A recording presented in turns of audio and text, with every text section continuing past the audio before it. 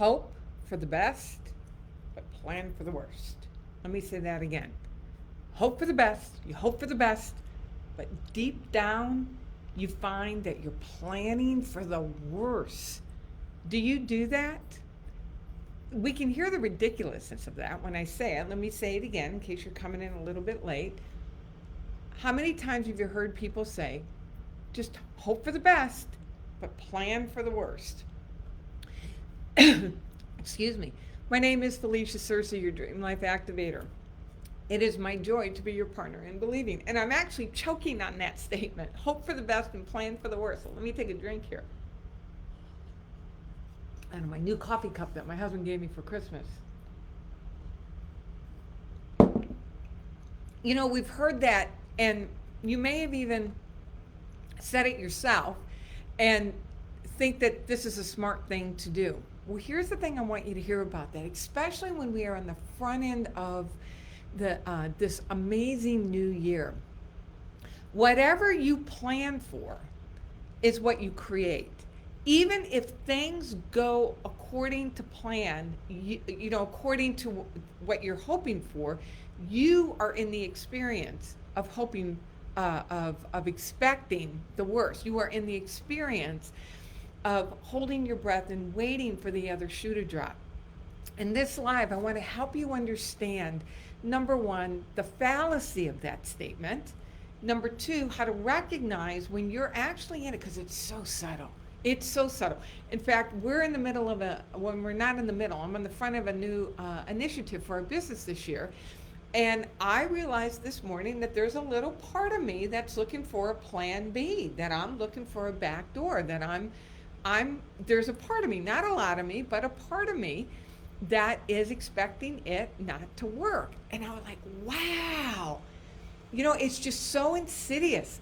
That little voice that says, don't expect too much, don't get your head above the poppies kind of thing, don't be the tallest poppy in the group, don't,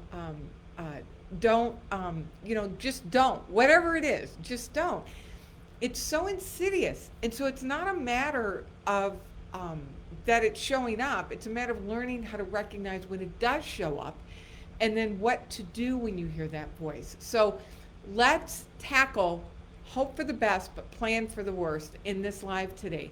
And stick around to the end, because I have a just delicious new secret that I want to share with you. I don't know if it's so much of a secret, but I have something new that I want to share with you, something really delicious to share with you at the end. Okay, so hope for the best, but plan for the worst. Think about it. Your focus, your direction is going to be in what is it that you're planning for. When you get up in the morning, you're creating a plan. You literally have a plan in your mind that you are running through. That plan has an energy to it. There's a sensation to it. You know, we call it feelings. If you're hoping, kind of holding your breath, hoping that something's going to turn out, yet you're planning ways to circumvent disappointment. You're planning ways to circumvent it not working out. Number one, notice what happens to your energy. Your whole being just gets depleted. Number two, notice what happens with the ideas that you're willing to entertain. If you are planning for something to not work out, hope for the best, but plan for the worst. If you are deep down planning for something to not necessarily work out, and you can tell you're not planning for something to work out. You have alternative plan Bs. You find yourself holding your breath. You know, have this internal dialogue going on where you're downplaying the importance of it. Well, you know, it's just really not that important. Or in the spiritual community, this is the one that I love. You're working with, well, maybe it's just not God's will for this to work out for me. Maybe I'm just supposed to learn how to be happy with what I have. And this is, you know, God's way of saying, you know, tap it down. You know, so often I hear that in the spiritual community. Well, here's the thing I want you to hear. You are this unlimited being with unlimited capacity to create. I know I say that every time I come on with you. Every time I look you in the eye, I'm here holding the space and being your partner in believing, knowing that you are this unlimited being with an unlimited capacity to create. It's breathtaking, the power that you have. Now, knowing that, and knowing that you are the conduit through which life force energy expresses itself, it expresses through you, through your desire, through your dream, through your hopes, through your wishes. A person who knows that, do you downplay the importance, look for alternatives, and work to not get your hopes up so you don't get disappointed, and back away? Of course you don't. That when you really understand who you really are and just how powerful you are, you go full on. But when we're hedging our bets, so to speak, when we're, watching the peripheral, where you're being super censored, you're only going to get so much momentum. Number one, you're not going to hear those big, bold ideas because there's no place for them to land.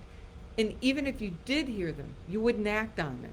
If you're orchestrating your life for something to not quite work out, you're not going to take the big, bold moves that are required for you to step into the unknown of your dream.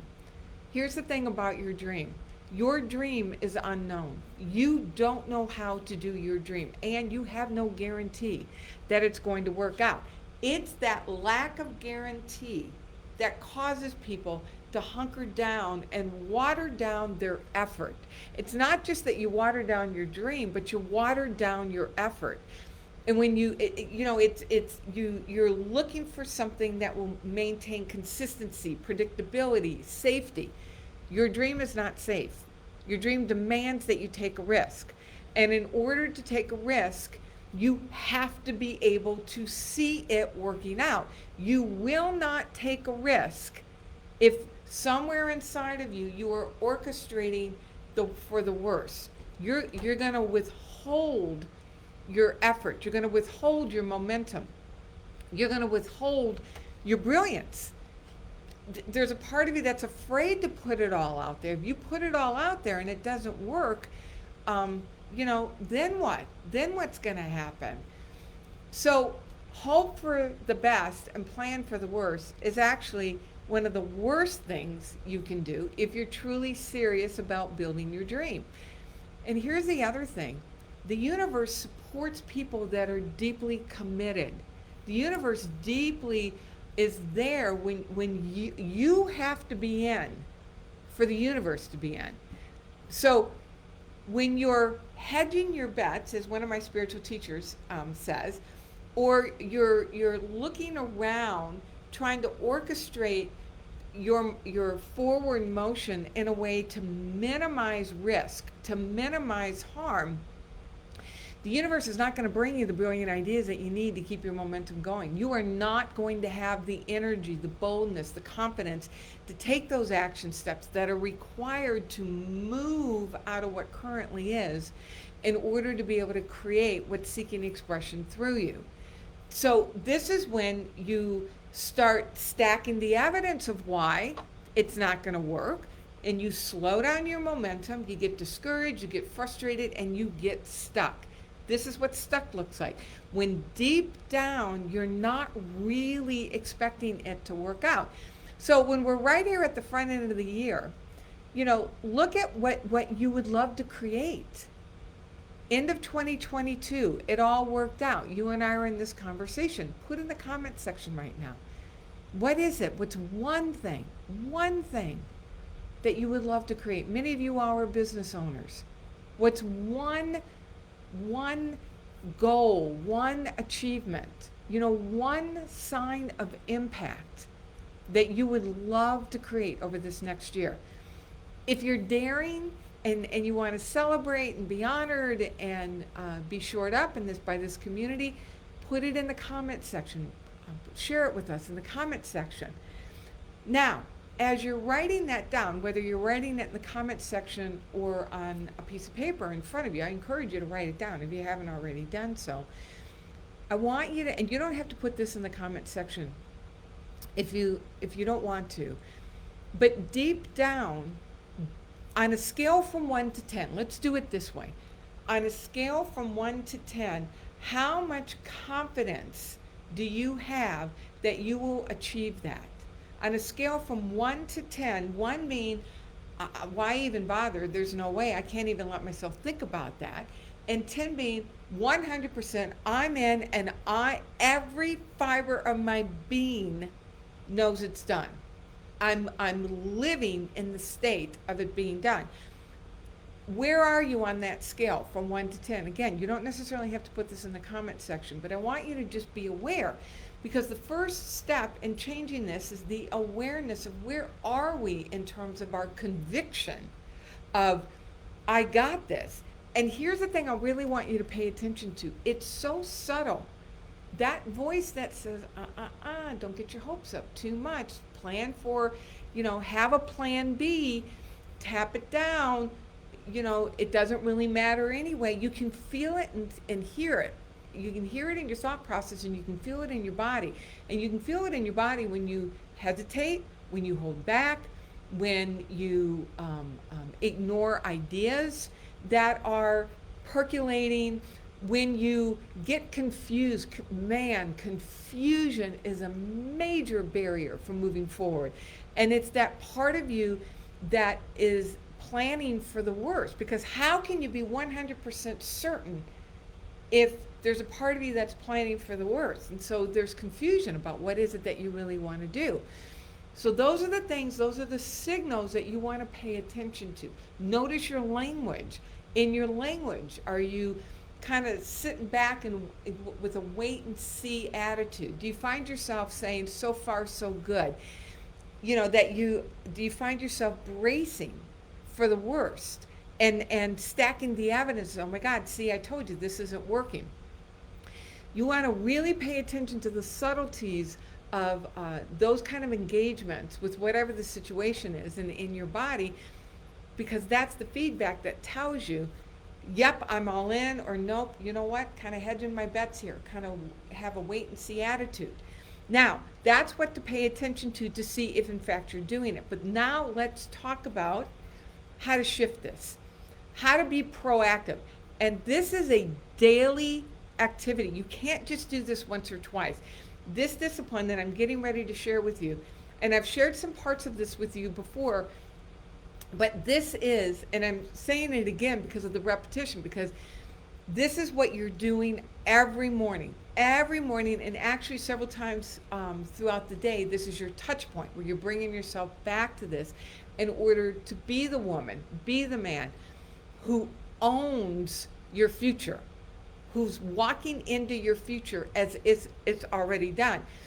You're knowing the best, and you're showing up. You're expecting, you're planning for the best. All right, so here are 5 steps to move you away from hoping for the best but planning for the worst, to knowing the best, seeing the best, and planning for the best. Number 1, you want to have a dream that you have a burning desire around. You need something that is bigger than the fear that wants to tap it down. You need something bigger than the part of you that wants to sabotage it by expecting the worst. So the first step is to create a dream, create a vision that lights up every cell of your being, that you are in love with. And it takes courage just to do that. It takes fortitude and strength to push past the part that wants to water your dream down to keep you from being disappointed. It's crazy what we do as a species to prevent disappointment. And I'm encouraging you to give yourself permission to dream. Tap into this community, tap into the free trainings that I do. I'm going to share a really special one that's coming up here shortly. But give yourself permission to dream, because you have to have a burning desire for something in order to override the inertia of expecting the worst and planning for the worst. So, number 2, let me look at my little steps here. I got them written down. Now, number 2 is to show up in the way that you expect. If you expect the best, if you expect the worst, you're going to show up that way.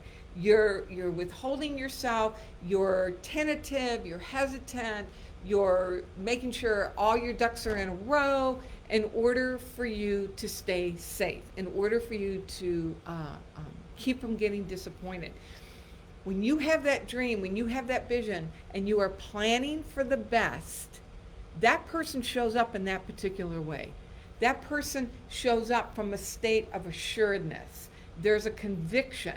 There's literally a feeling in your body of deep well-being. And you see it, and you want to train yourself to see the future working out in remarkable ways. And here's the caveat: unattached. You see it, yet you stay unattached to exactly how it turns out and how it happens. But you get to know this person. I often talk about this in the language of zipping yourself into the skin of the woman or the man who did it. And you allow that future self, that future activation to inform who are you going to be today, how are you going to show up, and what actions are you going to take. And then several times throughout the day, I have really trained myself to notice when have I slipped in to the old habit of fear and scarcity and, bracing myself for the worst. Have I slipped into that to bring myself back to, I am the woman for whom things work out brilliantly. And that's an affirmation that I use for myself. I am the woman for whom things work out brilliantly. And I allow those words to really settle into my being, and I let that statement inform, if I really believe that, how am I showing up right now? What am I expecting? And who am I being? And what action am I taking? So, number two, on a daily basis, see things working in a remarkable way. Number three is you show up as that person. So number one, you have the dream. Number two, you see it every day. You see your life happening, unfolding in a remarkable way. And number three is you let that image inform who you're being. Number four, stack the evidence. Stack the evidence that, in fact, things are working out in brilliant ways for you. Start looking for the sprouts. We want the tree, right? You want the tree. You want completion. You want it done. You want that feeling of relief. Well, here's the thing I'm going to encourage you to know. Relief is not what you're really wanting. You think you want it in the moment, and I'm going to do a whole live on this here shortly. But relief is not what you're after. What you're after is well-being. People mistake relief with well-being, but it's not. It's not the same thing. Well-being is creative, it's generative, it's expansive. It's a deep sense of self in the middle of taking a leap and taking a risk. And so you want to, in order to be able to do that, you want to stack the evidence that shows that, in fact, things are moving in an expansive, creative, generative way. Then number five, this is what you're doing every day. Number five, ask yourself, if I really believed in the best, if I really believed that this was going to work out, what action step do I take, and how do I take that action step? So it's not just a matter of taking the action step, but then it's asking, how do I take that action step? And make a list of those action steps that you're going to take today, and who are you being as you're taking those action steps? And then number six is that this whole process, you're deepening your sense of community and companionship with a power that knows all things and is moving and expressing through you. That you deepen your awareness, your relationship with the reality that none of this is yours, but that in fact there is a power moving through you that is seeking a richer, freer, fuller expression of your brilliance by means of you. That this is the way that life force energy expresses in much greater, expansive, amazing ways. So, have a dream on a daily basis. See your dream, things working out in remarkable ways for that day. Show up, let that inform who you're being, so show up as that person. Throughout your day, stack the evidence that in fact things are generating and cultivating and marinating and moving in a remarkable way that is in alignment with who you're becoming and what you're creating, ask yourself, if I really believe that this was going to work, what are the action steps that you would take and how would you feel about it? And then deepen your relationship with the life force energy. So with all of that said, I have an invitation for you. I am starting a new webinar next Thursday, 10:30 Mountain Time, 9:30 Pacific Time. 6 steps to multiply the impact you make through your business, work, and your life. So 6 steps to multiply your impact through your business, and if you don't have a business, through your work and through your entire life. This is so new that I don't even have the registration link up yet, but if you are interested in this, put the word impact in the comment section. And we'll make sure that when that gets done, I will send you the registration link so you can join us. So share your takeaways, your ahas in the comment section. Again, if you know that this is the year for you to make your impact with your work, with your business, with your life, join me next Thursday, 9:30 Pacific Time, 10:30 Mountain Time, as I walk you through 6 steps for you to multiply exponentially your impact, the impact that you make with your work, with your business, and with your life. If you're interested, put impact in the comment section, and put your ahas in the comment section as well. My name is Felicia Searcy, your Dream Life Activator. It is my joy to be your partner in believing. You are amazing. See the best, know the best, expect the best, plan for the best. Mwah! God bless.